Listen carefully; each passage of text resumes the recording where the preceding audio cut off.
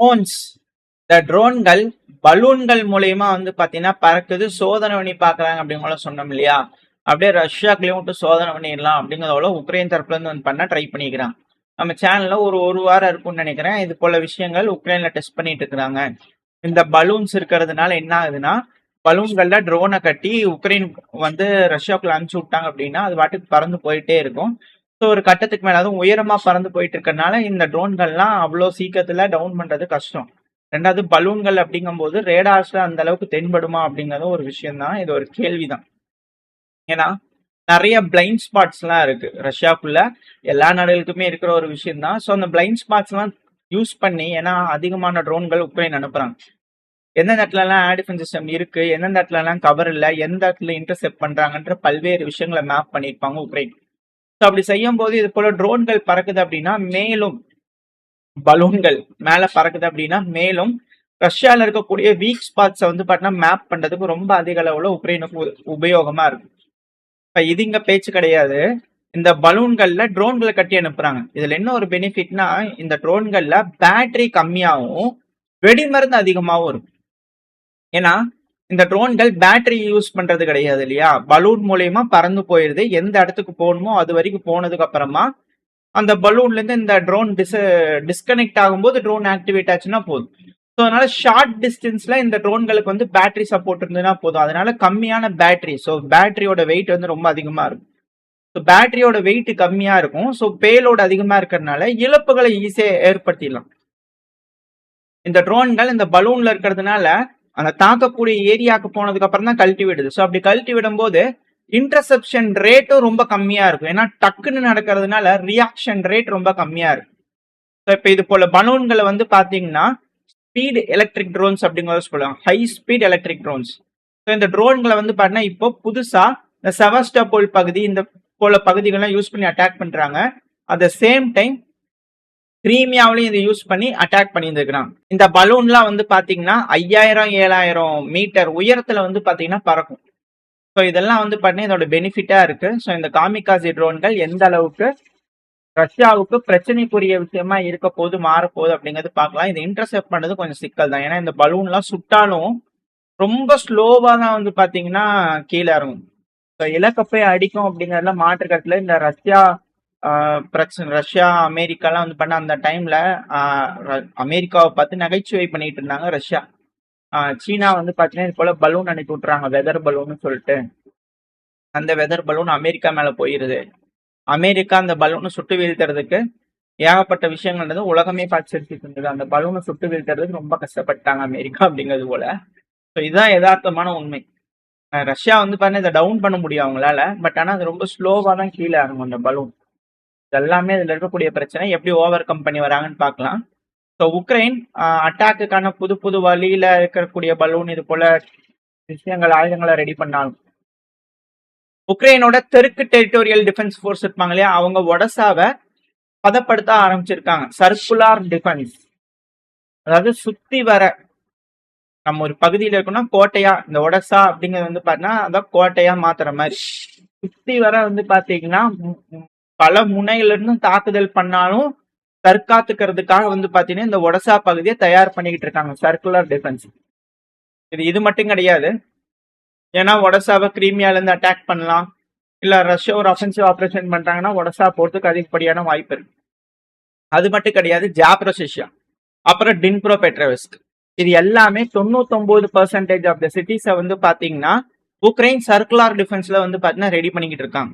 இதெல்லாம் மட்டும் கிடையாது, ஃப்ரண்ட் லைன் டவுன்ஸ் அப்படிங்கிறது மட்டும் இல்லாம எல்லாத்தையுமே தனித்தனி சர்க்குலர் டிஃபென்ஸ் டவுன்ஸா மாத்தலாம் அப்படிங்கிறது போல பேசிக்கிட்டு இருக்காங்க. ஸோ இத தெற்கு டிஃபென்ஸ் ஃபோர்ஸ் ப்ளோஷின் அவர்கள் வந்து பாத்தீங்கன்னா சொல்லியிருக்காங்க உக்ரைன் தரப்புல இருந்து. ஸோ தயாராகிட்டு இருக்காங்க, வீடியோ பதிவுகள் வந்துகிட்டு இருக்கு. உக்ரைன் பலமுனை தாக்குதல் பல நகரங்கள்ல நடக்கிறதுக்கு ரெடி ஆயிட்டு இருக்காங்க.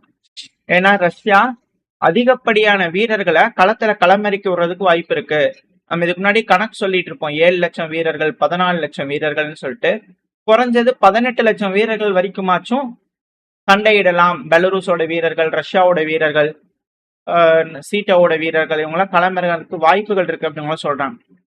இந்த யுத்தம் மேலும் பெருசாகிறதுக்கு தான் வாய்ப்பு இருக்கே தவிர இது நிக்கிறதுக்கு வாய்ப்பே இல்லை அப்படின்னு சொல்றாங்க. இதுல யூரோப்பியன் யூனியன் கண்ட்ரிஸோட நிலைப்பாடுகள் என்ன அப்படின்னு கேட்டீங்கன்னா கொஞ்சம் மாற்றம் ஏற்பட்டிருக்கு. 9 நாடுகள் தான் வந்து பாத்தீங்கன்னா இப்ப செக் இனிஷியேட்டிவ்ல வந்து தானா முன் வந்து உதவும் கூட்டம் அப்படிங்கறத நம்ம பேசிட்டு இருப்போம் இல்லையா. ஐயா நாங்க சப்போர்ட் பண்றோம் அப்படிங்கறதோட வருவாங்க. யூரோப்பியன் யூனியன்ல இருந்து வந்து உக்ரைனுக்கு வந்து சப்போர்ட் பண்ணிட்டு இருந்தாங்க. அது செக்குக்கு வந்து செக்கா கொடுக்கும்போது அந்த செக் எல்லாத்தையும் வாங்கிட்டு அம்யூனிஷன் உக்ரைனுக்கு கொடுக்குறேன்னு சொல்லிட்டு சத்தியமா கொடுக்குறேன்னு சொல்லிட்டு டிலே பண்ணி கொடுத்துருந்தாங்க இல்லையா. இப்ப அந்த செக்கு கொடுக்கறத நிப்பாட்டிக்கிறாங்க 9 நாடுகள்.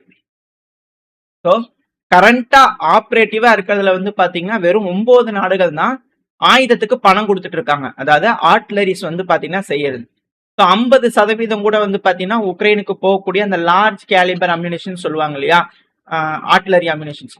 ஸோ அது இதுக்கு மேல போகாது. ஆல்ரெடி கேலிபர் அம்யூனிஷன்ஸே இல்லைன்னு பஞ்சப்பாட் பாடிட்டு இருக்கிறான் உக்ரைன். ஃப்ரண்ட்ல இருக்கக்கூடிய வீரர்களுக்கு வண்டியில வச்சு 1-2 கொண்டு போய் டெலிவரி பண்ணிட்டு இருந்தாங்க ஆர்ட்லரிகளை. இந்த ஒரு சப்போர்ட் அது கூட இல்லை அப்படின்னா ரொம்ப சிக்கலாயிரும். ஃப்ரண்ட் லைன்ல தடுக்கவே முடியாது ரஷ்ய வீரர்களை. அவங்க அடிச்சுக்கிட்டே இருப்பாங்க. ரிட்டாலியேட் பண்றதுக்கு உக்ரைன் கிட்ட எதுவுமே இல்லாம போயிடும். இதை யாராலையும் ரீப்ளேஸும் பண்ண முடியாது.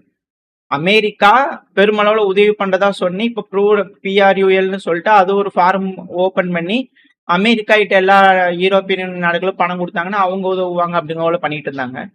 இப்போ ஆல்ரெடி உக்ரைனுக்கு உதவக்கூடிய நாடுகள்லாம் வந்து பாத்தீங்கன்னா பின்வாங்குறாங்க அப்படின்னா 50% கூட ஆல்ரெடி இருக்கக்கூடிய பினான்சியல் எய்ட் இல்லைன்னா எப்படி போல ஒரு இக்கட்டான சூழ்நிலையில சமாளிப்பாங்க. ஏன்னா இதை பத்தி ஒரு நேட்டோ சம்மிட் வந்து பாத்தீங்கன்னா ஜூலை மாசம் துருக்கி அன்காரால வந்து பாத்தீங்கன்னா நடக்க இருக்கு. ஸோ அந்த டைம்ல இதை பத்தின இம்பார்ட்டன்டான இஷ்யூ பேசப்படும் அப்படிங்கிற சொல்லிக்கிறாங்க. ஸோ நேட்டோ நாடுகள் கிட்ட இப்போ மிக பெரும் அளவுல பட்ஜெட் டெபிசிட் இருக்கு அப்படிங்கிறது புரிஞ்சுக்கலாம். உக்ரைனுக்கு உதவக்கூடிய அந்த நிலைப்பாடு மாறிட்டு வருது யூரோப்பியன் யூனியன் நாடுகளுக்கு. இது உக்ரைனுக்கு மேலும் ஆபத்து. ஸோ அதனால உக்ரைன் ஏதாவது பண்ணிட்டாங்கன்னா என்ன பண்றது. அதனால நேட்டோ நாடுகள் 60,000 வீரர்களை வந்து பாத்தீங்கன்னா ரெடி பண்ணிக்கிறாங்க. அது ரஷ்யாவுக்கு எதிர்த்து ரஷ்யா ஏதாவது ஒண்ணு பண்ணிட்டாங்கன்னா நம்ம அதுக்கேற்ற மாதிரி பண்ணிடலாம். 3 டிவிஷனை ஃபார்ம் பண்ணி எஸ்தோனியா, லாத்வியா இந்த டெரிட்டரிஸ்ல வந்து பண்ண டிப்ளாய் பண்ணலாம் அப்படிங்கள யோசிச்சுட்டு இருக்காங்க. இந்த பால்டிக்ஸே வந்து பாத்தீங்கன்னா இப்போ உக்ரைனோட பாம் ஷெல்டர் மாதிரி மாறிடுச்சு. அந்த இடத்துல ஷெல்டர்லாம் வந்து பாத்தீங்கன்னா மக்களுக்காக ரெடி பண்ணிட்டு இருக்காங்க. ஏன்னா அதிகமா ட்ரோன்கள் வந்துச்சுன்னா தாக்கும், மக்கள் இமீடியட்டா வந்து பண்ணா போய் பதுங்கிறதுக்கான ஷெல்டர்ஸ்லாம் ரெடி பண்ணிட்டு இருக்காங்க பால்டிக் நேஷன்ஸ் அப்படிங்கள சொல்றாங்க. ஏன்னா கீவோட ட்ரோன்கள் தான் அதிகப்படியா அந்த இடத்துல பிரச்சனையாகுது. அதனால ரஷ்யா வந்து பாத்தீங்கன்னா ஜாமிங் யூஸ் பண்ணி உள்ளே உள்ள வச்சிடறாங்க. உக்ரைன் வந்து அந்த நாடுகளோட ஏர் ஸ்பேஸை யூஸ் பண்றதுனால ரஷ்யா ஜாமிங் பண்றதுனால இப்ப பிரச்சனை பால்டிக் ஸ்டேட்ஸுக்கே மாறிடும். அதனால இப்ப அங்க ஷெல்டர் கட்ட வேண்டிய நிலைமைக்கு தள்ளப்பட்டிருக்காங்க. ஸோ எல்லாமே வந்து பாத்தீங்கன்னா எஸ்கலேஷனோட லெவலை தான் இங்க காட்டுதே தவிர யாருமே இந்த பிரச்சனையை முடிக்கிறதுக்கான எந்த ஒரு விஷயமே காட்டுற மாதிரி இல்லை. இப்படி இருக்கக்கூடிய சமயத்துல உக்ரைன் அடுத்த கட்ட எஸ்கலேஷனுக்கு ரெடி ஆயிருக்கிறாங்க. உக்ரைன் என்ன சொல்றாங்க, எங்களுக்கு ரைட்ஸ் இருக்கு, நாங்க ஸ்பெஷல் மிலிட்டரி ஆபரேஷன் டிரான்ஸ்னிஸ்ட்ரியால கண்டக்ட் பண்றதுக்கு எங்களுக்கு எல்லா ரைட்ஸ் இருக்கு அப்படிங்கிறது போல முன்னாள் MP, முன்னாள் கமாண்டரா இருந்தாரு டினிப்பர் ரெஜிமெண்ட்டுக்கு. ஸோ யூரி பெர்சா அவர்கள் இந்த வீடியோ பதிவுல இருக்காரு இல்லையா, அவர் தான். ஸோ அவர் வந்து பார்த்தீங்கன்னா டிரான்ஸ்னிஸ்ட்ரியாக்கு நம்ம போர் செய்யலாம் அப்படிங்கள சொன்னாங்க. ஸோ ஒரு சைடு ரஷ்யா மேல சாங்ஷன்ஸ், ஆயில் பிரச்சனை, இப்போ அது வந்து கொஞ்சம் இது கிடைச்சிருக்கு. அமெரிக்கா சாங்ஷன் வேவர் கொடுத்துருக்காங்க. இல்லைனாலும் எல்லாரும் வாங்கிட்டு தான் இருந்தாங்க, அது வேற கதை. சாங்ஷன்ஸ், தாக்குதல், எண்ணெய் கடன்கள் மேல தாக்குதல்னு ஏகப்பட்ட விஷயங்கள் உக்ரைன் செஞ்சு பார்த்தாங்க, எல்லாமே பண்ணாங்க. ரஷ்யாவை வழி கொண்டு வர வைக்கவே முடியல. ரஷ்யா இப்ப ஃபுல் ஃபோர்ஸ்ல வந்து பண்ணா ரெடி ஆயிருக்காங்க.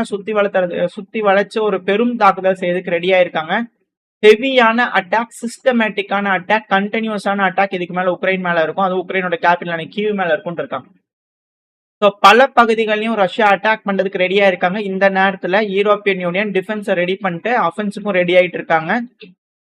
ஸோ இருதரப்புலயும் எஸ்கலேஷனுக்கு ரெடி ஆயிட்டு இருக்கும்போது ரஷ்யாவும் வந்து பாத்தீங்கன்னா வெறும் கால்படைய, அதாவது தரைப்படையை மட்டும் வந்து பாத்தீங்கன்னா காலாட்படை, தரைப்படை மட்டும் ரெடி பண்ணாம விமானப்படையும் அடுத்தடுத்து ரெடி பண்ணிட்டே இருக்கிறாங்க. மாசத்துக்கு 2 ஃபைட்டர் ஜெட்டை வந்து பாத்தீங்கன்னா ரெடி பண்ணி தள்ளுறாங்க இல்லையா. அதே போல இந்த மாசம் Su-57 35S ரக விமானத்தை ஒரு பேட்ச் வந்து பாத்தீங்கன்னா அடிச்சு தள்ளி இருக்கிறாங்க. அதை ரெடி பண்ணிக்கிறாங்க. ரஷ்யன் ஏரோஸ்பேஸ் அதை அக்செப்ட் பண்ணிட்டு டெஸ்டிங் முடிஞ்சதுக்கு அப்புறம் எடுத்துட்டு போயிருக்காங்க. ஸோ ரஷ்யா ஒரு சைடு ஃபுல்லா ப்ரிப்பேர்டா இருக்கிறாங்க. சாங்ஷன்ஸ் எல்லாம் கை கொடுக்கல. இது எப்படி யூரோப்பியன் யூனியன் நாடுகள் தடுக்க போறாங்கன்னு பார்க்கலாம். At the same time middle ஈஸ்ட்ல போன பதிவுல பார்த்துருப்பீங்க எஸ்கலேஷன் இருக்கு. ஸோ ஜூன், ஜூலை, ஆகஸ்ட் அப்படிங்கும்போது நெருங்க அச்சங்கள் உச்சக்கட்டத்துல இருக்கு அப்படிங்கிற மாற்று கருத்துல உலக போர் ஆரம்பிச்சிடாதீங்க, தயவு செஞ்சு பேசி தீட்டுக்கோங்க அப்படிங்கிறது போல பல அனலிஸ்டோட கருத்துக்கள் நடக்குதா என்னன்றது வெயிட் பண்ணி பார்க்கலாம். ஏன்னா ஆரம்பிச்சிருச்சு அப்படின்னா ஆல்ரெடி எல்லாமே ஃபியூயல், கேஸ், ஆயில் எல்லாமே வந்து பாத்தீங்கன்னா ரிசர்வ்ஸ் கம்மியா இருக்கு. ரிசர்வ்ஸும் இல்ல, போக்குவரத்தும் இல்ல, போரும் ஆரம்பிச்சிருச்சுன்னா மக்கள் அன்றாட வாழ்வுக்கே ரொம்ப கஷ்டப்படுவாங்க அப்படிங்கிற மாற்று கருத்துல. ஸோ வெயிட் பண்ணி பார்ப்போம் அரசாங்கங்கள் இதை எப்படி மேனேஜ் பண்ண போறாங்க அப்படிங்கிறது போல. ஸோ ஓரளவுக்கான தகவல்கள் இந்த பதிவில் நம்ம பார்த்துருப்போம். இந்த பதிவு எப்படி உங்களுக்கு பிடிச்சிருக்கா? பிடிச்சுனா லைக் பண்ணிட்டு உங்க பிரச்சனை ஷேர் பண்ணிக்கோங்க. அது கூட மறக்காம நம்ம சேனலை சப்ஸ்கிரைப் பண்ணலாம், மறக்காம சப்ஸ்கிரைப் பண்ணிக்கோங்க. அப்படிதான் நம்ம போடக்கூடிய வீடியோக்களை வச்சு யூடியூப் 4 பேருக்கு ப்ரொமோட் பண்ணோம். உங்களோட அன்பு ஆதரவு எனக்கு எப்போ இருக்கும்னு நம்பிக்கல. அடுத்த உங்களை சந்திக்கிறேன். Very stay safe. பாய்.